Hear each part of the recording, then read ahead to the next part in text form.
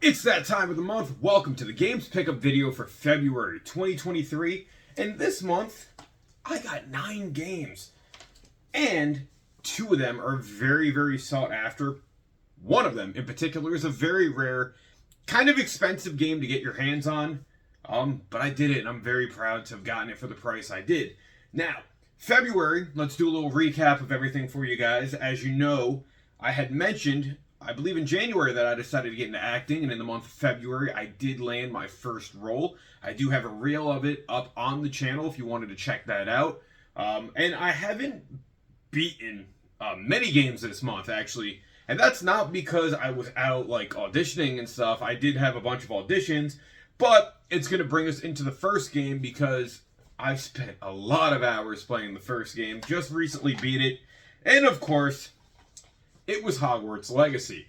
This game, fantastic. I did kind of start getting tired of it towards the end of the main story, but I knew it was going to be a game I enjoyed for the sheer fact that I usually just do the main story in games.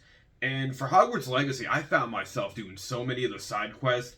I probably could have honestly beaten this game like 10 hours earlier than I did, but just wanting to wander and do the side quests, and the scope of this game is magnificent. Me being the Harry Potter nerd that I am, I've been waiting for this to come out since it was first announced. I've had it pre-ordered since pre-orders were first allowed to be made.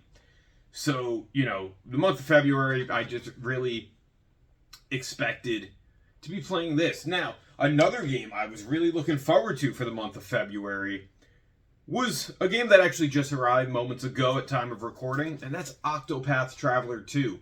Now, I've read some reviews on this game saying it's kind of just more of the same of the first game, and that's like a downside to some people, but to me, I absolutely adored Octopath Traveler 1, and I wanted to follow trend and also get it on the Switch because the original one was a Switch exclusive for a long, long time, and that's where I first played it. If it's anything like the first one, I know I'm going to enjoy it. Now, let's get into a little bit more of the obscure games, because the other game I had pre-ordered for this month isn't that obscure, but these 4 are. So let's go into that last one that I forgot was in this list, and that is Tales of Symphonia Remastered.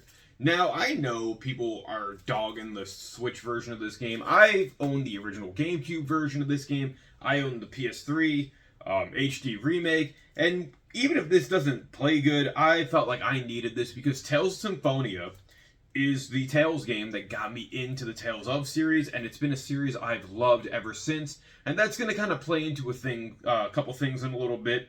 But I remember when this first came out, very much like Persona 5, not when it first came out, when it was first announced. And I was like, damn, they're really about to make me buy this game a third time, right? This was the game that got me into JRPGs.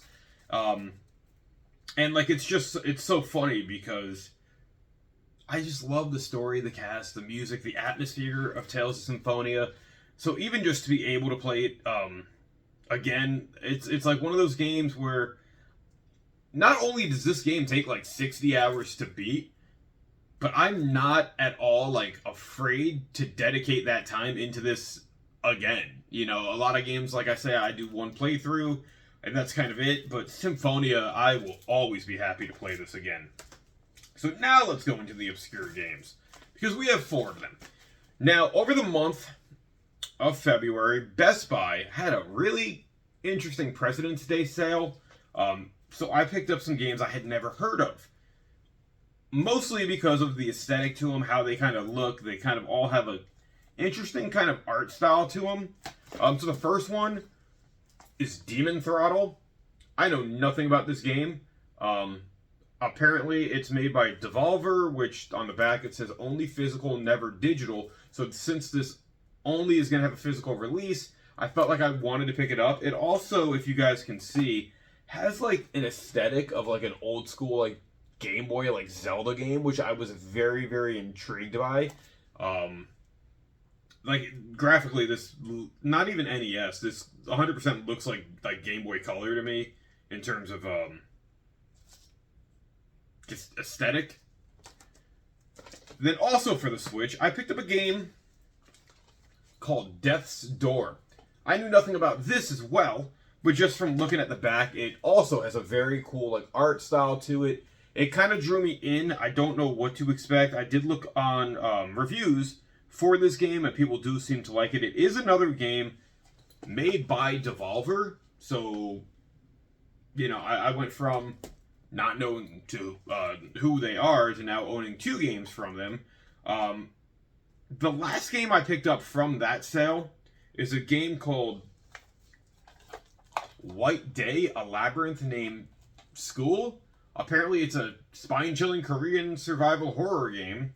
I also did like look this one up. Apparently, this was released, I think it was like a PC game like years ago, and this is like a remake or a remaster of that. But for the price, it was decent. Now, this game wasn't a part of the President's Day sale. I actually found it at GameStop. It kind of just reminded me of like an old school mystery game, and that is called Saint Kotar. Again, never heard of this one. It was one of those things. I was in the mall, wandered GameStop. I always like to go into GameStop and see like the obscure games they might have, and that's when I'll buy something. So I'll never really go to GameStop, and it's no knock on them and buy like a new game. I usually have everything I want pre-ordered through Amazon ahead of time, just so it's delivered same day. But yeah, this game also looks cool. Now we did also, or I also made some purchases digitally this month. The only one that sticks off in my mind was I upgraded my Nintendo Switch Online to the expansion pack because of Nintendo's announcement of adding the Game Boy and Game Boy Advance games to it. I felt like that was finally enough to sell me on it. N64, as much as people love it as a system, I was a PS1 kid. I respect the N64. I own an N64, and I have since 2001, but it just wasn't selling me. But having Game Boy Advance, especially on something like the Switch, that was kind of like the drawing thing for me. I know that's like the smallest system that probably would have sold us on, or sold me on upgrading to the expansion pack. But now I think the expansion pack, especially because it has N64 and Sega Genesis, has enough value for me to have wanted to upgrade. With that being said, I know I mentioned the Nintendo GameCube earlier, and I got a game that I only really knew from watching Scott the Woz, and it's not Cheapy Robo because that's still on the list, but it's Geist. Now, I think I mentioned in last month's video or the month before when I got Second Sight that it was compared to Geist, and I had no idea about the comparisons in the essence of I've never played either. So now I have Geist. That's kind of cool, I guess, where I got this for a decent price. It is complete, instruction booklet and all. So that's only one of like 2 retro games I got this month. But the other retro game I got this month is a game I never thought I was going to own because of the price tag. And I got it for like half the going price, and I couldn't pass up that offer. There are some flaws with it that are kind of easily fixable. And you guys know I mentioned loving the Tales of series earlier. So this month, almost 3 years to the date since I bought the first one. 3 years, I got Tales of Destiny 2. Right? So, Tales of Destiny 2 has become one of those sought-after RPGs for the PS1. And to own it now is actually crazy to me. It's still like unfathomable that I actually got this game, because I always thought this would be like the one Tales of game I would never be able to get my hands on based on its going price. Now, like I said, there are a few things wrong with it.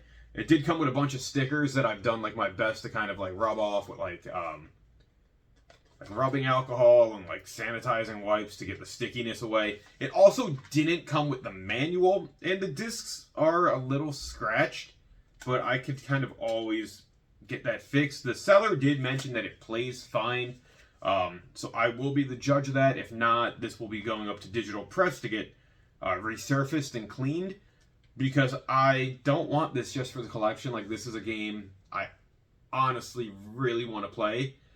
3 years ago in early 2020, I got Tales of Destiny. And technically, I know in Japan, this is Tales of Eternia. And they had like a whole different Destiny 2, which I believe was a PS2 game over there. But to own this, as well as all the other games I got this month, February was a cool pickup month. Also, just a very productive month for myself in general. So if you guys have played any of these games, leave your thoughts down in the comment section below, as always. If you guys are excited for any games coming out soon, let me know what they are. Obviously, for me, I got WWE 2K23. Jesus, I remember when it was 2K14 coming out in March. Then after that, we have Mega Man Battle Network Collection. We got Legend of Zelda coming out. It's going to be a good year for gaming. Also, check out that video reel I put up and let me know your thoughts on that. But guys, these 9 games this month are well worth it in my opinion. Currently playing Watch Dogs 2, probably beating that tonight. Until next time, guys, let me stop babbling. Stay happy, stay healthy. I'll catch you later. See ya. Bye.